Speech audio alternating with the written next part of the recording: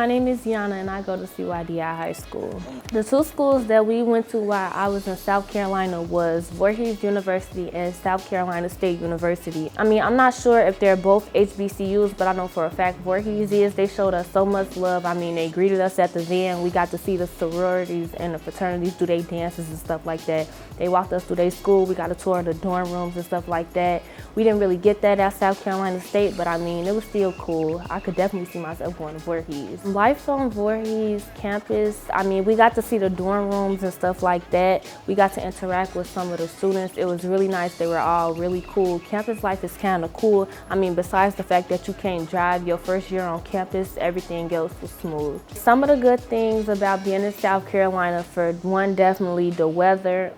We were exposed to a whole different type of setting from their downtown. We got to go to the African American Museum, where for the first time we got to see some of the boats. For the first time I seen slave shackles in person. It was a lot of different stuff there. I learned a lot of stuff about my ancestral history that I would have never thunk of. It was really a good experience.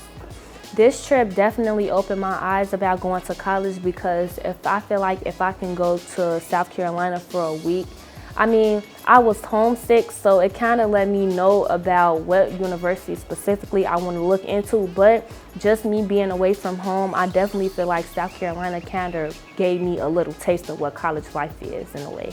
Yana, thanks for watching.